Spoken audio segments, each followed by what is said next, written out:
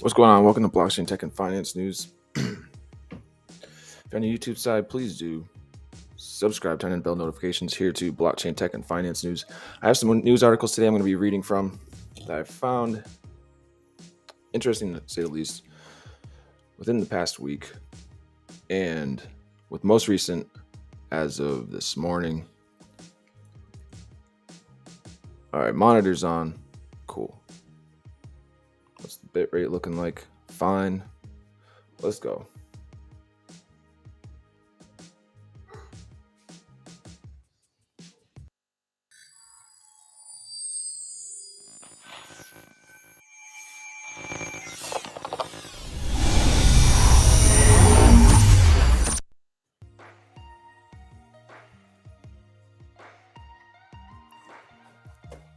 DeFi, the Wild West of crypto, is next on regulations hit list. After a crackdown on Binance and other cryptocurrency firms, regulators are now turning attention to the world of decentralized finance.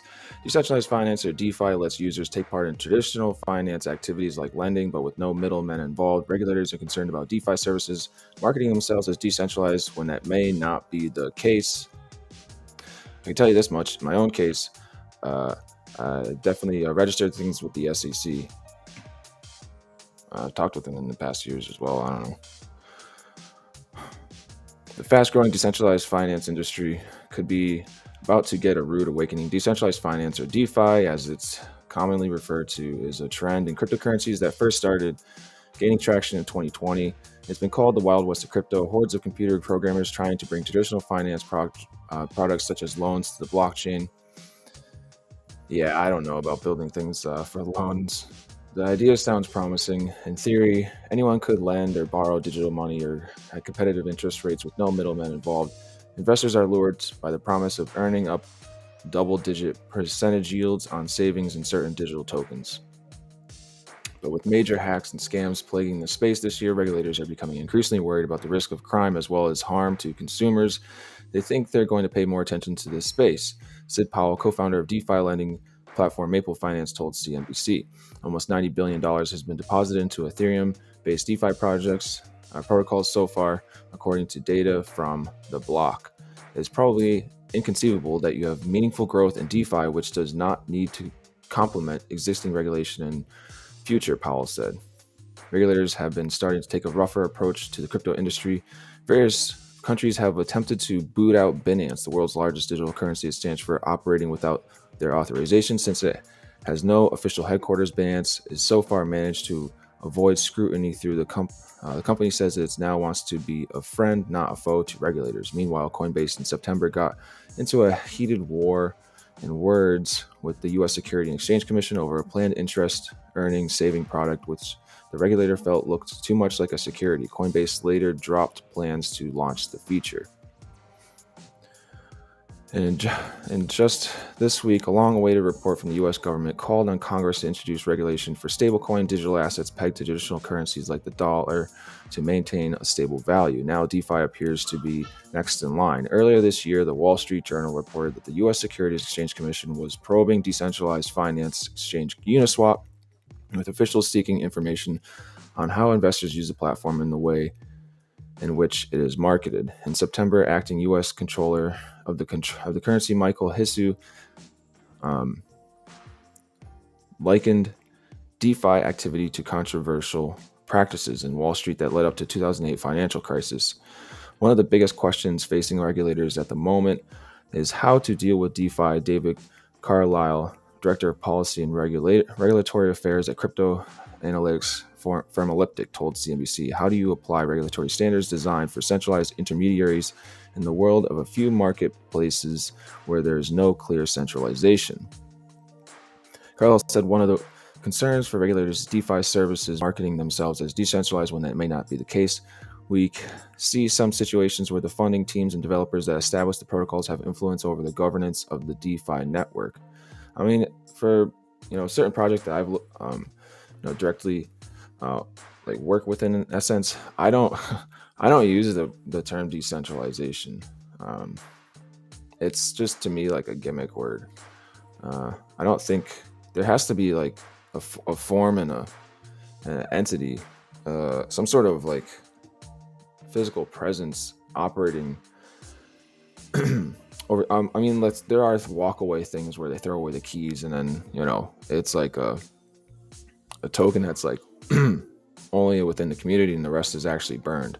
And that's one sense of why some of these things are in DeFi are such a problem, because you have code that has backdoor minting in it, and so it doesn't look like it on the front end in the contract functions, but you could mint towards the back end type functions. So it's and those are you have to be following a good acting space of a sense of like a DeFi project. So I mean, the DeFi means decentralized finance, but again, the marketing sense of the word decentralized is very gimmicky, and that needs to be looked out for. Yeah. But there is the actual protocol term of decentralized, interconnected with finance, is the sense of following a code line that, for example, when the keys are thrown away and tokens are, and like the developer just goes, well, or developers can walk into a project and build upon it themselves, but the token itself has the keys thrown away. That's kind of like what would be like a decentralized token project, something more centralized, but that can still be within the hands of the community in its utility. Would be an operator that has X amount of tokens locked up, and usually would be multi-sig wallets that are protected, and things are registered. So for what's offered.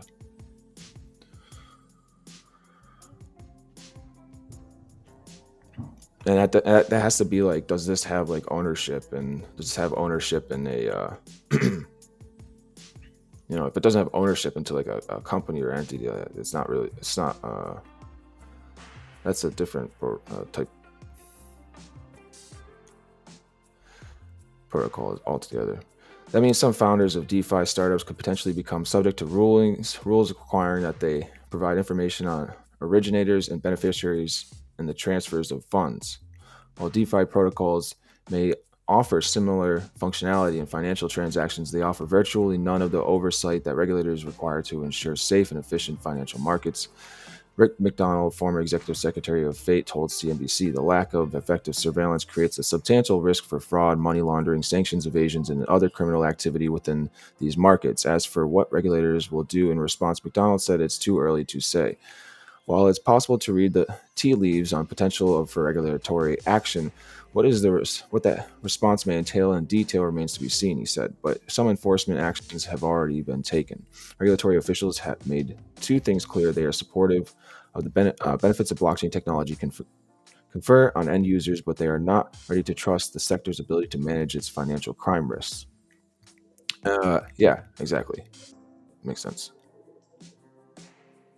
So that is the Wild West of crypto is next on regulators.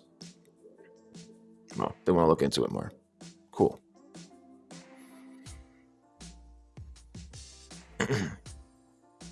So let's go into. I'm gonna spin up the next article here. Oh, oh.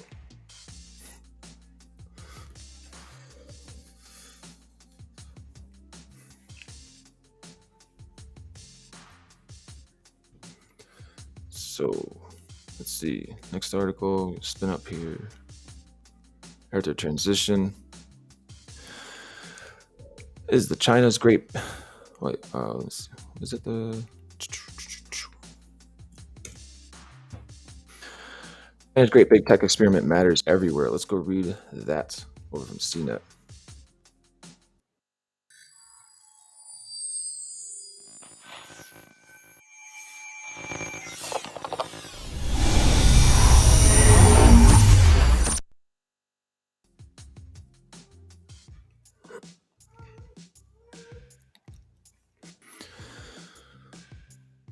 Oh, I didn't read the last article writer's name,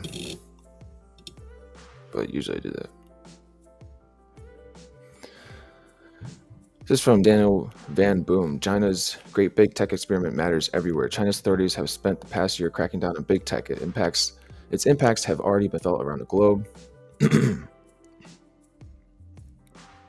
As U.S. slowly grapples with how to handle the Googles and the Facebooks of the world, China.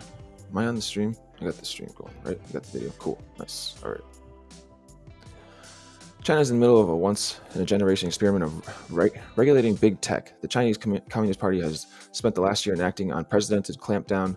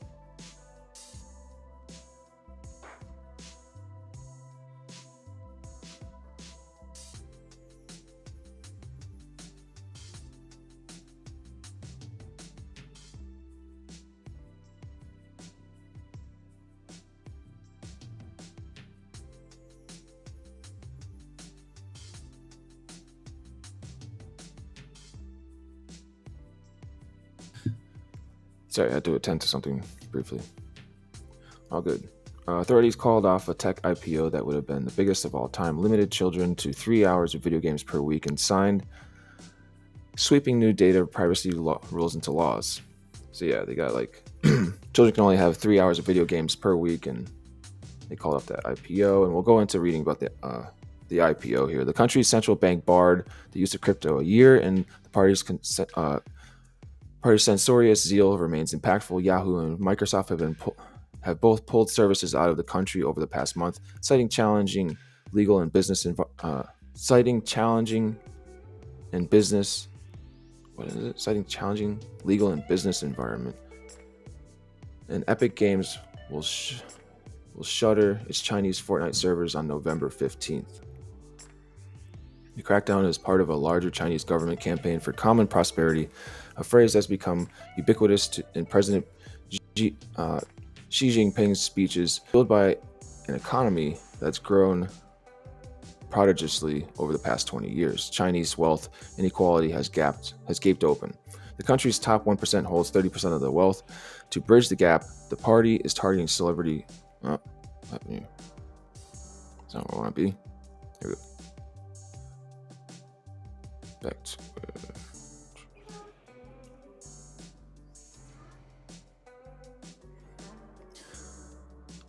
to bridge the gap, the party's target celebrity culture, debt-addicted companies like Evergrande, and perhaps most importantly, big tech. The world's second largest economy is now a real-life experiment, and government clashes with big tech. The impact will be global. China isn't Vegas. What happens there doesn't stay there. As anyone holding cryptocurrency well knows, many of the companies being reined in also have large footprints abroad. Tencent, for instance, owns the company that makes the popular League of Legends game. The parallels in the League of Legends thing is having that show that's releasing on Netflix also now. The parallels with the U.S., where inequality is now is also a potent political topic, are obvious. President Joe Biden wants the country's richest to help fund his expensive infrastructure plan. Corporations, particularly tech giants, are common targets because they pay little in tax despite making stratospheric profits. Yet Washington has been careful about reining in its tech titans, unsure how to regulate industry that move much more quickly than the law. The common prosperity push has raised questions about the party's motives and the potential costs. Some observers say the party is simply solidifying power under the guise of addressing inequality. That's a tactic Z used in a 2012 anti-corruption drive that saw hundreds of officials fired or locked up in the name of washing away social ills. Cracking down on the tech sector comes with risk, permanent damage to the economy and financial markets. Nearly $1.5 trillion in value has been wiped from the stock market since last October. A distinct possibility. Common prosperity is a distinct possibility. Not in.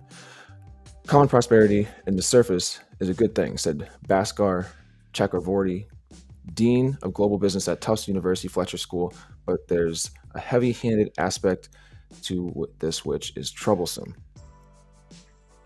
A historic year, a year ago, Alibaba founder Jack Ma stood in front of a crowd business luminaries in Shanghai and criticized China's unsophisticated financial infrastructure. The country's banks, he said, had a pawn shop mentality. 2 weeks later, Chinese regulators accused Ant Group, a fintech company spun out of Alibaba, of monopolistic practices. Ant's IPO was expected to raise $35 billion, making it the biggest offering of all time. It was blocked at the moment, at the last moment. Neither Ant Group nor China's government responded to requests for comment. Many tech titans have since been humbled. Didi, China's equivalent to Uber, was forced off app stores after allegedly violating privacy rules. Alibaba was fined $2.8 billion for anti-competitive practice. The Chinese government acquired small stakes in TikTok maker ByteDance and the Twitter-esque Weibo.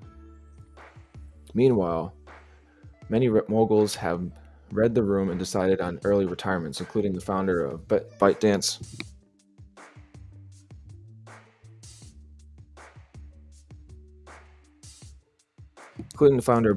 Ma has kept an uncharacteristically low profile over the past year.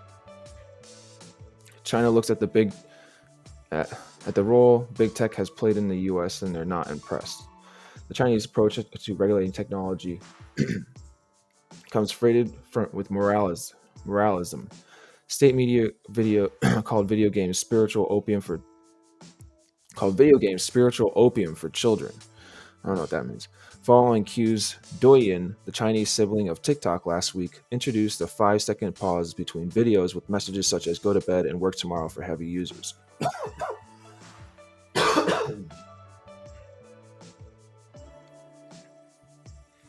Tech companies are promoting a vision of a Chinese person that does not equate with Xi Jinping and his party, said Jennifer Histu, research fellow at the Lowy Institute think tank.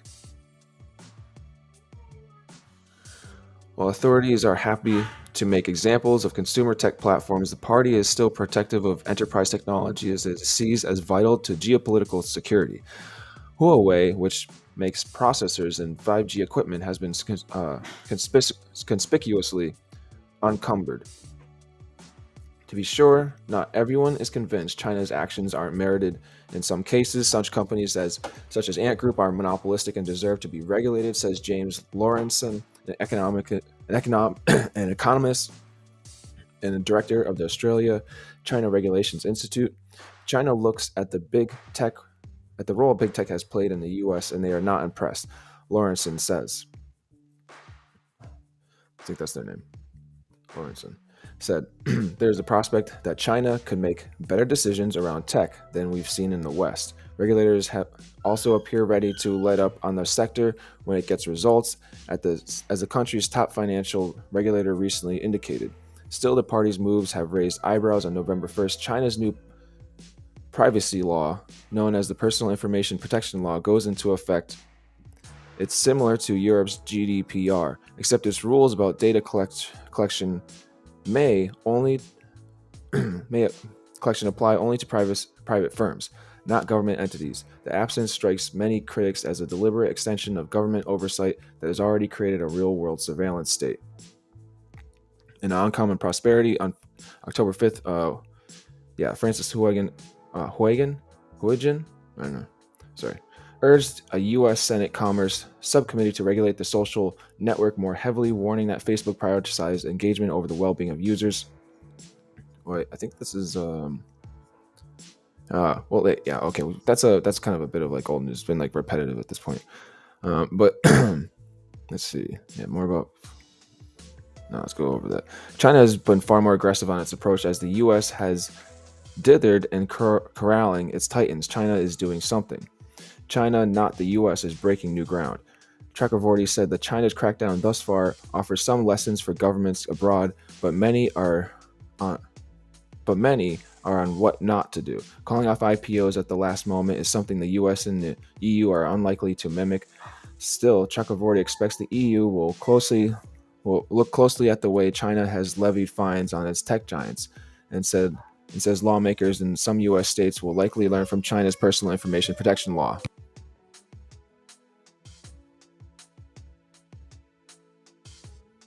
The whole notion of data governance and privacy protection is still a gray area. Chakravorty said everyone is looking for a model. All right. That's that there. I'll have all these articles on the description box below, on the recaps on the YouTube side. And yeah, if you're in the chat or in the comments, you can leave your comments on what you'd like to see on here covered, maybe like project-wise or news-wise. You feel is important, then let me know in the comments or in the chats.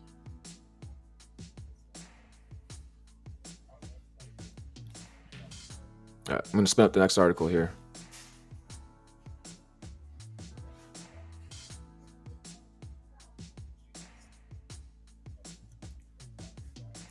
Yeah, if you're on the YouTube side, please do subscribe, turn on the bell notifications here to blockchain tech and finance news.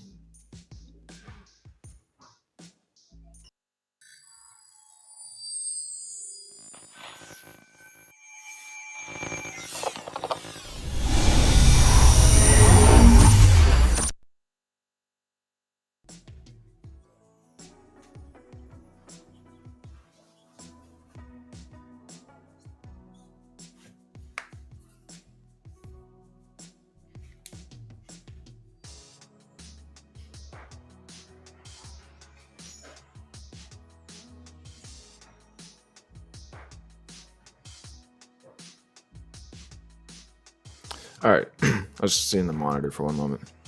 Binance says it's trying to hunt down the Squid game crypto token scammers. This is from Chamomile Shumba from MarketSpace's Insider. The key points here are Binance said on Thursday it was ad up here, man. Ad up. It's like a sticky ad or something. Why go to Zales? Binance said on Thursday it was actively trying to crack down on the Squid Game token scammers. The crypto exchange told Insider it was deploying blockchain analytics to identify the bad actors. The Squid token rose from as little as 1 penny over the weekend to almost $3,000 before crashing to zero by Monday. Binance, one of the largest crypto exchanges, said on Thursday it has created a team of investigators to try to track down the Squid Game token scammers. The Squid token, which was inspired by the hit Korean language series Squid Game on Netflix, rose from as little as 1 penny over the past weekend to almost $3,000 before crashing to zero by Monday. The website and socials that came with it also went offline, which indicated at the time that any potential scam was over. The Binance team will be exploring options to support the community, such as blacklisting affiliated addresses and deploying blockchain analytics to identify the bad actors, a spokesperson told Insider. Binance will also provide its findings to law enforcement in the relative jurisdictions. A security team has launched an investigation as a gesture of goodwill, a Binance spokesperson told Insider in an email response. The scammers apparently fled with around $3 million. CNBC reported that one person, like many others, had invested their whole life savings into the coin after seeing the headlines that documented their surge in Dogecoin inspired Shiba Inu. The truth is, Squid won't be the first or last DeFi scam. Binance CEO and co-founder Shangpeng Zhao, known more widely as CZ, said in a blog Thursday. CZ urged people to arm themselves with knowledge about crypto. He noted that over the past year,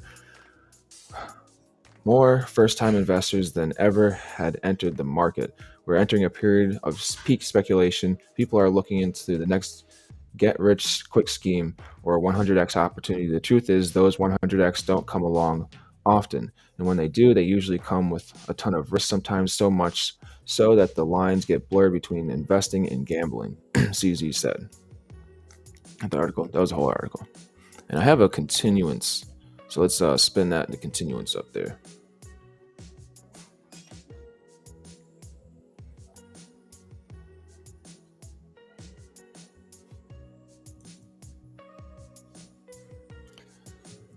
Yeah, this is investors call scam collapse cryptocurrency on this next article here. Let's go.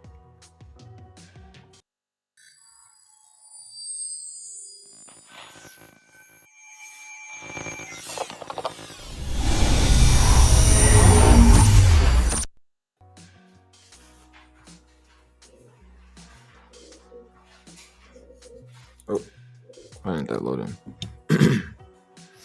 It's from Yahoo News. It's from Bianca Breton. Investors poured money into Squid Game themed cryptocurrency. Then it all unleaked the $1. And he made a new cryptocurrency project inspired by the dystopian Netflix drama Squid Game. Has got price but within 5 minutes, Monday, his money disappeared. I watched Squid fall down in a matter of minutes. Lee 30 from in the Philippines told NBC News, "There's no way to withdraw my funds intact." He was one of many investors who were caught in what has become one of the most high-profile currency collapses of the year. And with that, some industry experts are warning it's indicative of a market that is ripe with scams. The digital currency called Squid was launched in late October and quickly skyrocketed in price, reached more than $2,060 per token Monday morning before losing all of its value after the project's unknown creators appeared to cash out Squid tokens worth more than $3 million, according to transaction deals on a publicly accessible cryptocurrency digital wallet. Since then, the project's website, Squid Game Cash, has vanished and its social media profiles have gone dark. Many investors who spoke to NBC News have accepted they'll never see their money again. Some are calling it a scam. It was shocking, but I know that in crypto there's a huge risk involved, including dealing with scammers. Lee said it was a good lesson.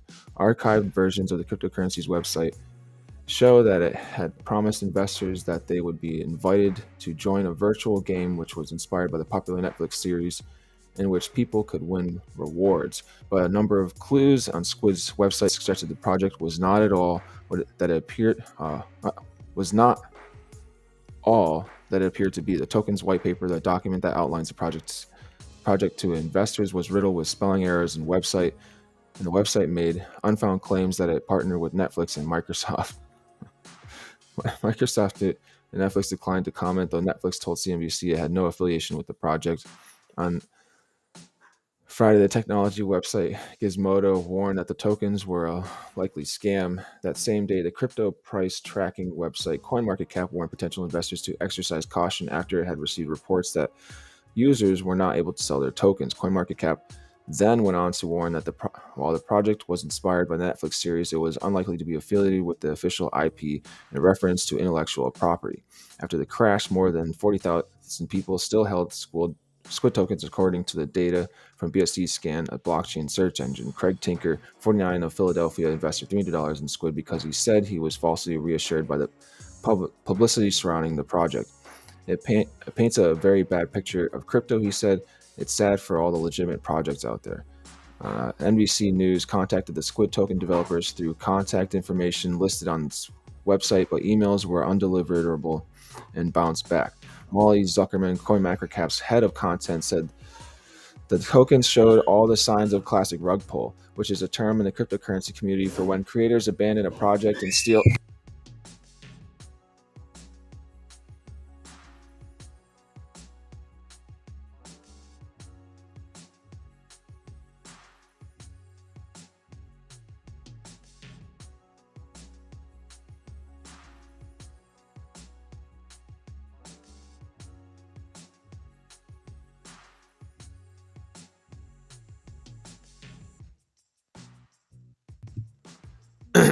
Sorry, my daughter's running around in the background, uh, throwing her toys and stuff.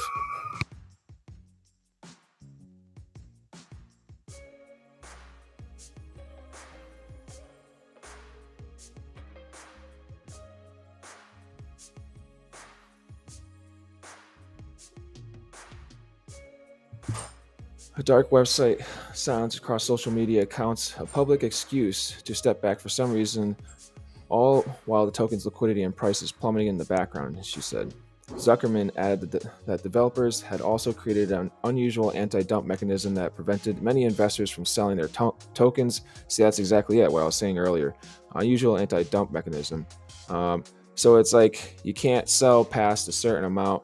And for example, like in certain contract, you can open up the TX amount. So I as working within a Solidity contract would open up the max TX amount so that you can, if you have a large holding, you can go ahead and sell a large holding, so be it. But keeping it at a low um, max TX amount would create that you can't really sell large amounts, which is indicative of these people behind this sort of thing were going to take their large amounts and sort of just take the LP and remove the LP, or whitelist the or kind of whitelist their wallet to be able to bypass the max TX amount for how much you can transact. And so their whitelisted wallets maybe took massive amounts of liquidity out of that LP. And that's unfortunate because you really have to look into the contracts. You have to look into I've said it like many times, over and over and over, that you just really need to look into the contract code and reach out to Google, like Solidity Smart Contract Development Firm, and research and talk with multiple of them and see, what do I look for in a smart contract, code wise. And they would, there'd be this thing of like, well, if there's only the max TX amount is very low capped and you can't sell a large amount, and there's a ability to, on certain Solidity functions, if you look into the code that says, within the code set, or even a firm can confirm it, or say, this is safe or not safe, or audited and passed an audit like that. So those are all aspects of this.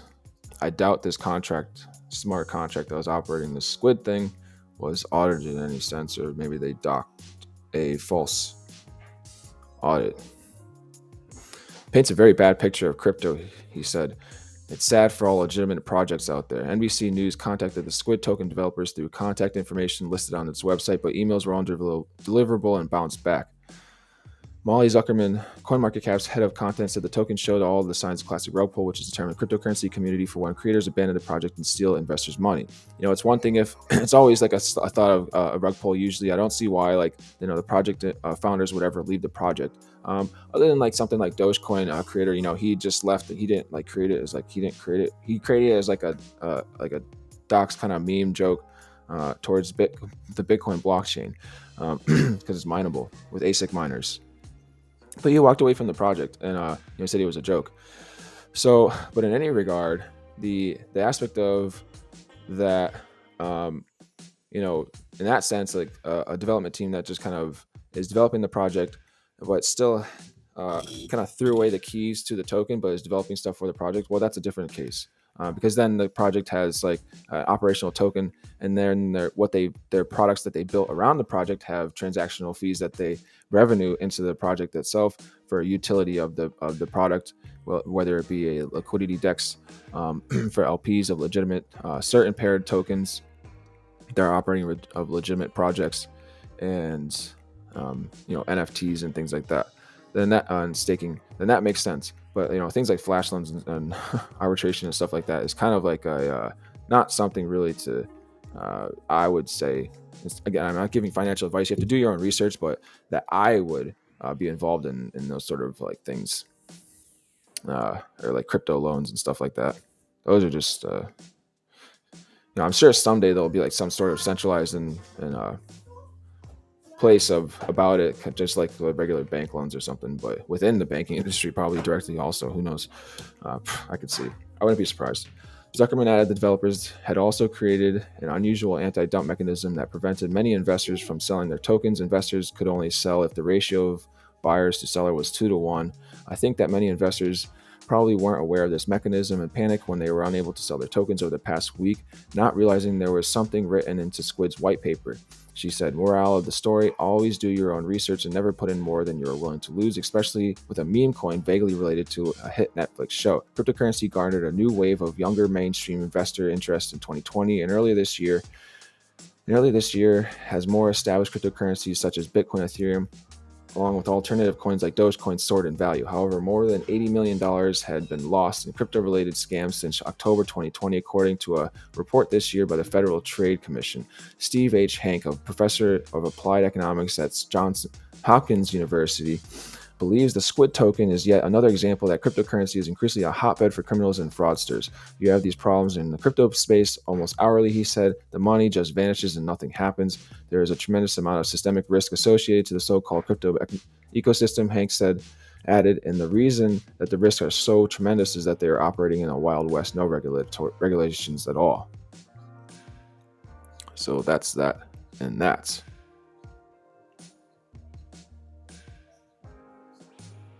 All right, let's grab up the next article here.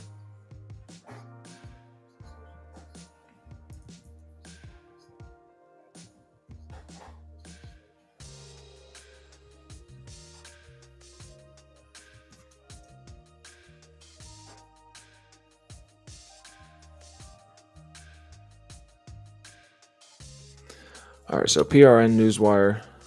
Now, blockchain in healthcare could save the healthcare industry up to $100 to $150 billion per year right after this transition. Let's go.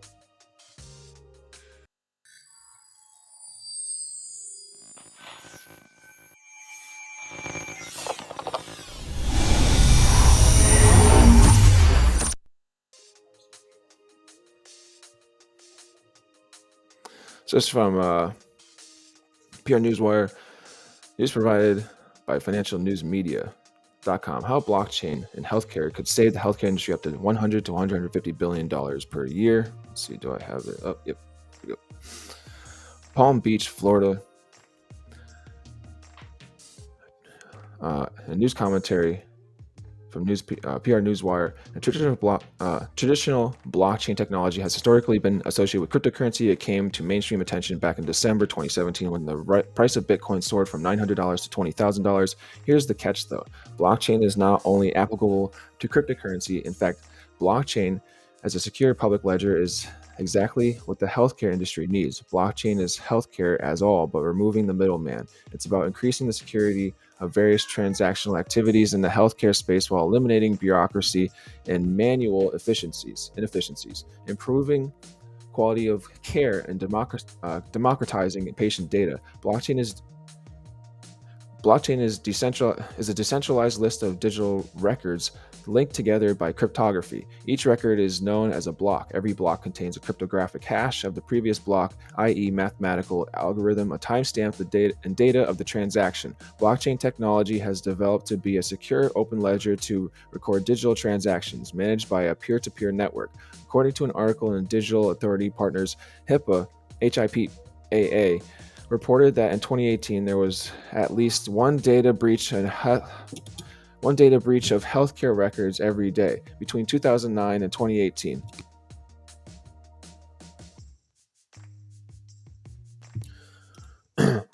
More than 59% of the U.S. population has had their healthcare records compromised from data breaches. In the age of insecurity, health organizations should look at utilizing blockchain technology. There's a lot more to it than simply transactional activities. Blockchain is about securely sharing data previously deemed impossible to extract. Active companies in the markets today include Healthcare Triangle Inc., Accolade Inc., Teledec Health Inc., Cigna Corporation, United Health Group Incorporated. These companies, in the healthcare industry, according to Healthcare Weekly, 40% of healthcare executives see blockchain technology as one of the top priorities in the industry. Furthermore, the adoption of the blockchain in healthcare could save the healthcare industry up to $100 to $150 billion per year by 2025 in data breach related costs. It costs operations, IT costs, operations costs, support function costs, and personal costs through a reduction in fraud and counterfeit products. Blockchain technology can prove to be just as effective as a solution as AI. It can help improve the drug supply chain and make the clinical trials to process more efficient. One of the main issues in pharma is preventing counterfeit medicines from getting to market. Healthcare Triangle breaking news, Healthcare Triangle releases methodology for blockchain transformation for pharma supply chain. So Healthcare Triangle Inc., a leading provider of cloud and data transformative solutions, is pleased to announce the release of Edge Glue, which GLU, which provides a framework and methodology for a blockchain transformative of pharma supply chain ecosystem in partnership with BlockEdge.io, leading blockchain transformative provider, creating end-to-end visibility in supply chain management and maintaining prescription drug traceability and integrity hold utmost importance in the pharmaceutical industry, which is currently accelerated by the compliance requirements DSC SA from FDA. FDA's requirements alone are not the driving factor behind accelerating the blockchain transformative of pharma supply chain, says Chairman and CEO of Healthcare Triangle, Suresh Venkatachari. Per BIS research, pharma companies currently lose $200 billion a year to counterfeit drugs. The health issues caused by such drugs are alarming to an extent. WHO, World Health Organization, has also gotten involved in solving this problem using blockchain. Blockchain is the best track and trace solution available for us today, giving complete and end-to-end supply chain visibility, thus can make a significant difference if adopted right. Venkatachari continued. BlockEdge Glue, GLU or whatever, is designed to make this adoption right by addressing major challenges involved by providing a framework which reduces the complexities of integrating existing large and complex IT systems with one or more blockchain networks, while also providing a transformation methodology that serves as a playbook for IT and business leaders to implement what's becoming to be the multi-year transformation program. All right, that's this. So, blockchain technology is saving the healthcare industry up to $100 to $150 billion per year. Let's spin up the next article that we have here. For U.S. regulators exploring how banks could hold crypto assets via the FDIC. On the YouTube side, please do subscribe, turn on bell notifications here to Blockchain Tech and Finance News.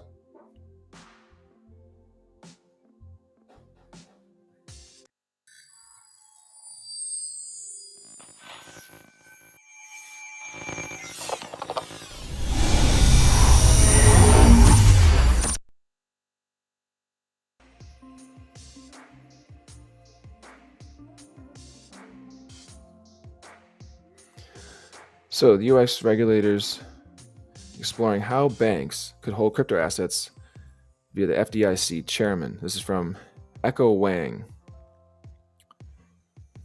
from Reuters. In Las Vegas, a top U.S. bank regulator says U.S. officials are looking to provide a clear path for banks and that are looking to hold cryptocurrencies in order to keep control of the fast-developing asset. Jelena McWilliams, who chairs the Federal Deposit Insurance Corporation, told Reuters in an interview on Monday that a team of U.S. bank regulators are trying to provide a roadmap for banks to engage with crypto assets that could include clearer rules over holding cryptocurrency in custody to facilitate client trading, using them as collateral for loans, or even holding them on their balance sheets like more traditional assets. That's what I was saying earlier, being integrated into banks and then the banks making loans on holding Bitcoin. I've even talked with banks about custodying, with the regulators saying, you can custody Bitcoin and stuff like that, about custodying Bitcoin revenues in order to continue banking in a traditional sense via fiat and Bitcoin as a company operating within both technologies.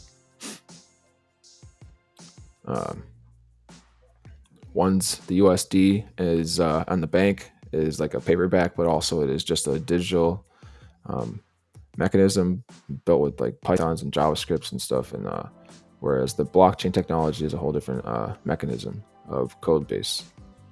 It can also be JavaScript and Python, but that's machine based for things like Bitcoin. That could include clear rules for holding cryptocurrency in custody to facilitate client trading using them. Yeah, so I already read that. Collateral for loans or even holding them. It's balance sheets, more traditional assets.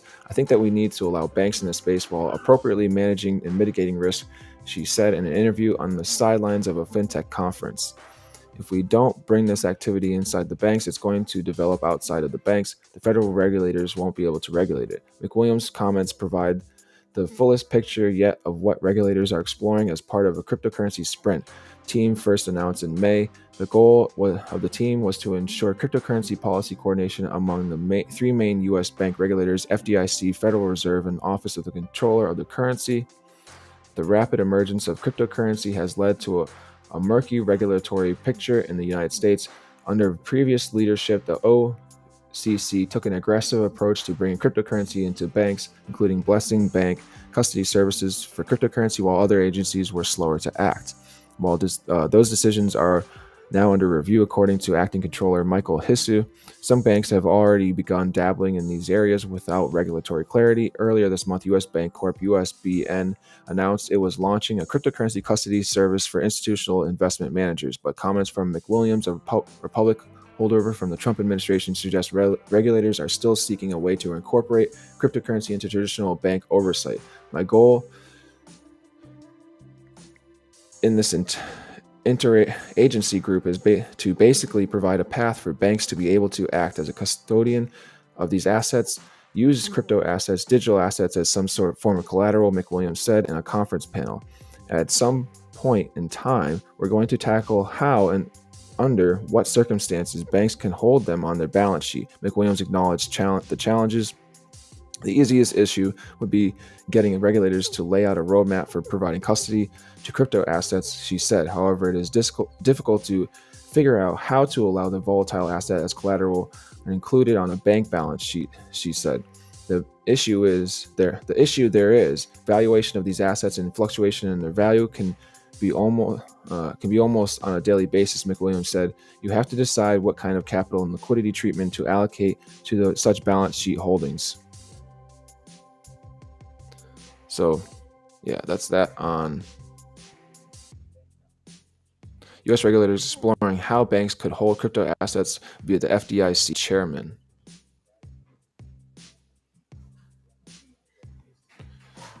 So I got 3 more articles here. I'll be closing out the stream for the day. A little from some tech towards the end.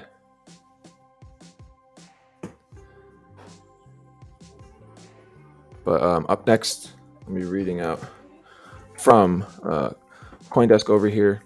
And China to release national blockchain standard next year, says an official report.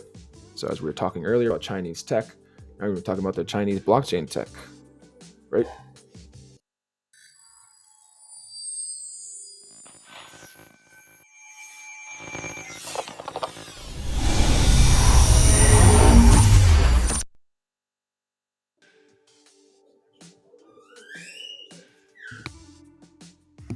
China to release national blockchain standard next year, says official report. This is from Eliza Gritsky. China to release national blockchain standard next year, says official report. While cracking down on the cryptocurrency industry, Beijing is pouring resources into blockchain for governmental enterprise use. China's technology standardization body will issue a national standard for blockchain next, as said an official from the China Electronic Standardization Institute, according to news site Chuangguan. That's how you say it. The institute has drafted a standard and is in the process of approving it, said Li Ming, director of blockchain research office at the standardization body during the 5th China blockchain development competition held in Chengdu, Sichuan. China is looking to boost blockchain innovation and application in enterprise and government across the country, even as it clamps down on crypto. Its latest 5-year planning document that outlines development goals put blockchain on par with the artificial intelligence, big data, and cloud computing. Lee says that the standards are fundamental to an industry and use the example of Wi-Fi or Bluetooth. Without a unified standard, he said, devices from different manufacturers wouldn't be able to connect to the network. Once the standard is set, the body will look into drafting evaluation criteria around it so that a benign ecosystem can be created, the director said. What is that, like Bluetoothing each other's phones together and you can like mine blockchain of like this, I don't know, or run nodes of the blockchain. I think I would like maybe like running nodes of the blockchain through government like issued like cell phones or something that like have nodes built into the cell phones. Maybe you could like Bluetooth this. I don't know what they're talking about Bluetooth though. Key government projects like the Blockchain Services Network and Jinghua Chain follow an open permission protocol which seeks to retain some of the benefits of the decentralization while maintaining centralized control. Exporting Chinese-made blockchain standards is also a goal of these projects. Last year, the International Telecommunications Unit passed a set of blockchain standards for financial applications developed by the People's Bank of China, the China Academy of Information and Communications Technology, and Huawei. The institute is responsible for drafting tech standards and is under China's Ministry of Industry and Information Technology. And Chuanguan is a site operated by Sichuan Daily, a state-run newspaper in China's southwestern province. All right, so is that the whole article? Yeah, that's the whole article there. From here, policy from CoinDesk China to release national blockchain standard next year in an official report.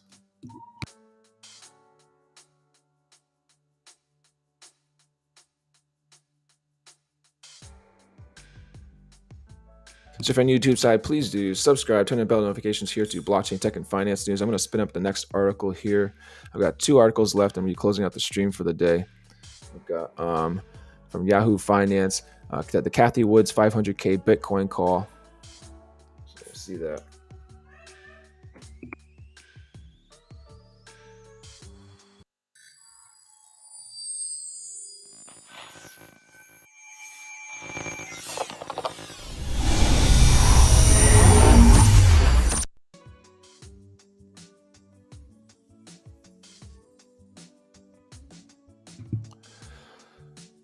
So this is on MoneyWise from Yahoo Finance. Cathie Woods' $500,000 Bitcoin call is already happening. How to ride the wave to $500,000 Bitcoin valuation. This is from Jingpan, writer for Yahoo Finance. So Cathie Woods isn't afraid to make bold predictions. Back in early 2018, the owner of ARK Invest said Tesla shares will go from $300 to $4,000 within 5 years, a potential upside of around 1,200%. Yeah, Tesla hit target early. This January, Tesla shares surged past the $800 mark, or $4,000 on a split-adjusted basis. Pretty astounding, but Tesla may not be Woods' most bullish call at the moment. Last month, she told CNBC that the price of Bitcoin could soar to $500,000 in 5 years. If we're right and companies continue to diversify their cash to something like Bitcoin and institutional investors start allocating 5% of their funds into Bitcoin, we believe the price will be tenfold what it is today. Instead of $45,000, over $500,000. Bitcoin is already moving in that direction.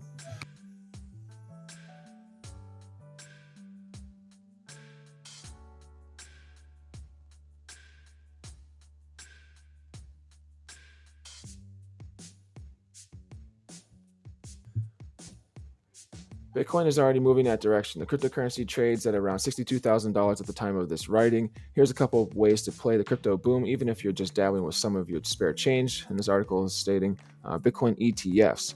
Wood herself is offering a new way to invest in cryptocurrency. In September, ARK Next Generation Internet ETF tweaked its prospectus to include exposure to Bitcoin via Canadian ETFs.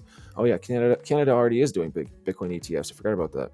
Yeah, the first Bitcoin ETF on the New York Stock Exchange just started trading last week, but Canada has been ahead of the US for a while. Several Bitcoin ETFs launched in Canada this year, including Purpose Bitcoin ETF, 3IQ CoinShares Bitcoin ETF, CI Galaxy Bitcoin ETF, and Evolve Bitcoin ETF. In the US, the debut of the ProShare Bitcoin Strategy ETF was arguably a major catalyst behind Bitcoin's latest rally. The fund holds Bitcoin futures contracts that trade on the Chicago Mercantile Exchange. Investors who want exposure to the crypto market can invest in these ETFs, but you can also buy Bitcoin directly. Some investing apps allow you to buy both cryptocurrencies and ETFs commission-free. Companies have tied themselves to the crypto market to provide another way for investors to benefit from the crypto rally. For instance, enterprise company software company MicroStrategy purchased 9,000 bitcoins in Q3. That brings its total Bitcoin count to 114,042, a stockpile worth roughly $7 billion. Because of MicroStrategy's huge Bitcoin stake, some investors have used it as a proxy for investing in the cryptocurrency in the past. Rallies in Bitcoin usually led to similar moves in MicroStrategy's share price. Then there's Riot Blockchain, which mines Bitcoin and hosts Bitcoin mining equipment for institutional clients. That thanks to soaring Bitcoin prices, Riot shares have returned a staggering 577% over the past 12 months. Investors can also check out Coinbase, which runs the largest cryptocurrency exchange in the US. The company's share price fell below its IPO price at $250 during the summer, but the recent pop in cryptocurrencies has brought it back to over $300. While crypto stocks can be pricey, you can get a piece of these companies using a popular app that allows you to buy fractions of shares with as much money as you're willing to spend. At the end of the day, cryptocurrencies are volatile. Not everyone feels comfortable holding an asset that seems to make wild swings every week. If you want to invest in something that has little correlation with the ups and downs of the stock market and the crypto market, you might want to consider an overlooked asset, fine art. Contemporary artwork has already outperformed the S&P 500 by commanding 174% over the past 25 years, according to the Citigroup Global Art Market chart. Investing in art by the likes of Banksy and Andy Warhol used to be an option only for the ultra rich like Wood, but with a new investing platform, you can invest in iconic artworks too, just like Jeff Bezos and Bill Gates do. All right, go. Not financial advice, but go invest in art. I guess this article is saying, do your own art research. Art search. This article provides information only and should not be constructed as advice that is provided without warranty of any kind. All right, so let's go into the next and final article I have for the day here. That was Kathy Wood's 500K Bitcoin call is already happening and how to ride the wave to a $500,000 Bitcoin valuation.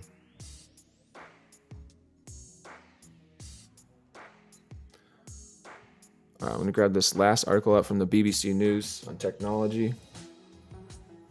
I found interesting.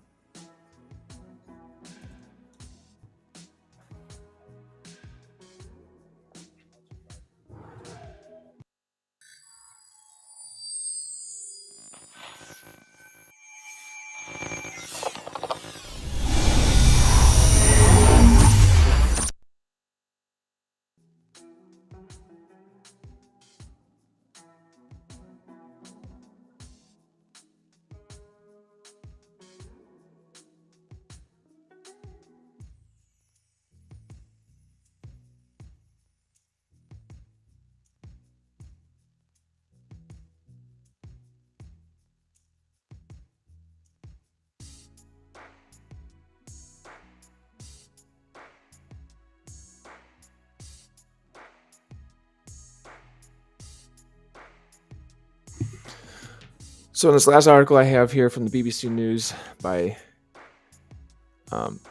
Angela Henschel, business reporter for the BBC News. Can we summit the latest emerging food innovations? As world leaders gather in Glasgow and prepare to chow down at numerous COP26 buffets, food technologists urgently want them to grasp the role alternative proteins might play Food technologists urgently want them to grasp the role alternative proteins might play combating climate change. Okay, there. Researchers in many countries are looking for alternatives to traditional meat because farming animals is helping to drive up global temperatures. There's factories doing the negative carbon emissions or something like that, from my understanding. But I don't know. Maybe they got organic fields and stuff, organic cows. Even Hollywood stars have been jumping on the alternative protein bandwagon, with Leonardo DiCaprio among the most vocal. But aside from film stars, where are Wall Street and some of Europe's biggest institutional investors putting their money? We take a look at three of the hottest areas of this deliciously weird science. Let's just say is grow a burger. Our thirst for non-dairy milk is already huge. One of the Brits now drink plant-based milk. One in three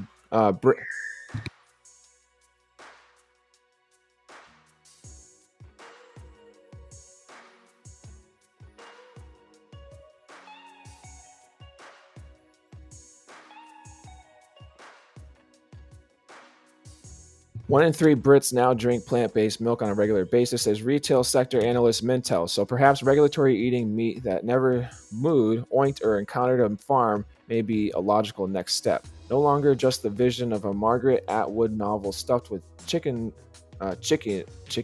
I don't even know what that is. December 2020, Singapore became the first country to approve the sale of protein grown entirely in a laboratory. Scientists started by harvesting muscle cells from an animal. Nutrients are steadily then added to feed those cells and grow the meat into tissue. This stew is called the cell media, which is then cultivated. San Francisco-based startup Eat Just is now selling its lab-grown chicken nuggets in Singapore, a move that's part of the country's long-term security strategy so it can be less dependent on its neighbors for food imports. So, what are the barriers to many other countries doing the same? The real driver for all this is getting regulatory approval, says Dr. Karsten Gerhardt, a partner at consultancy Kearney, which analyses food and agriculture sectors. The food and agriculture sectors. Okay. Some countries have more appetite for this than others. In Europe, the Netherlands is at the forefront of lab-grown meat technology, where analysts, expert producers Moas Meat and Meatable to push for EU regulatory approval in the next few years. In the US, it is widely expected that Bill Gates-backed Memphis Meats and New Age Meats will do the same. But regulation isn't the only hurdle to scaling up and expanding the cultured meat business. Bringing down ingredient costs will be crucial. Most producers are still working with pharmaceutical-grade ingredients and nutrients, but if those could be lowered to normal food quality grades instead, then costs would come down significantly, explains Mr. Gerhardt. One part of the standard recipe involves growing cells in a syrupy bath of fetal bovine serum (FBS) taken from the pregnant cow's blood, but Dutch scientists have now successfully replaced it with other animal components in this process.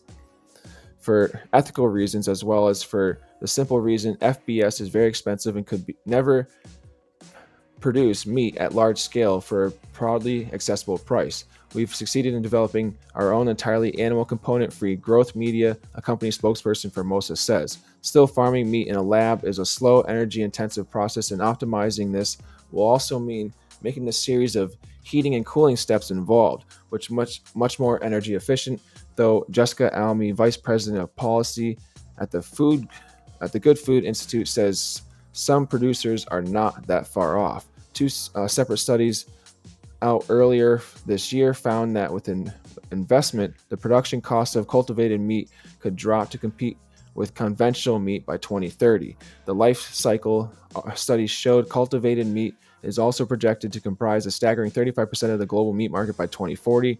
Several glowing reports suggest lab-grown meat may bring environmental benefits, lower emissions, plus less land and water usage than conventional farming. However, a more recent U.S. study on expanding in vitro production warns those benefits could come at the expense of much more intensive energy use as the whole process moves away from agriculture and becomes industrialized. Cyril Philo, global strategist of consumer foods for Rabobank, says the question is how many boxes the lab-grown product will tick for early adapters will remain interested. Taste, texture, price, sustainability, a long list of boxes. Will the novelty wear off or stick? Mr. Philo adds that an important and intermediate milestone will be the acceptance of hybrid products. Hybrid products are plant-based meat substitutes that contain lab-grown ingredients such as fats. If those products are accepted by the consumer, he says the development of fully lab-grown products might accelerate. Print-a-burger. What the world? Print-a-burger. 3D printers can be programmed to slowly build liquid food layers in almost any shape. So Print-a-burger, a handful of firms are now working on 3D printers that can construct this dinner while you wait by printing thousands of pre-programmed silver-thin layers stacked on top of each other. The link, sliver-thin layers stacked on top of each other. The ink used in your food in paste form, the ink used is your food in paste form. Yeah, printers that can design bespoke pancakes, ice cream, and confectionery are already popular in some high-end supermarkets. However, Miss Almy says the companies are now testing the water with much more sophisticated versions. 3D printing can print cells and materials together to create a more complex structured product like a marbled beef steak. Extrusion technologies, which have been used in the food industry for years, think hot dogs and pasta, are also being applied successfully in cultivated meat production. Barcelona firm Nova Meat has come up with one of the most realistic alternative meat products so far, thanks in part to its founder, Giuseppe Sconti's expertise in bioengineering and tissue regeneration. It uses micro extrusion tech to intricately print plant-based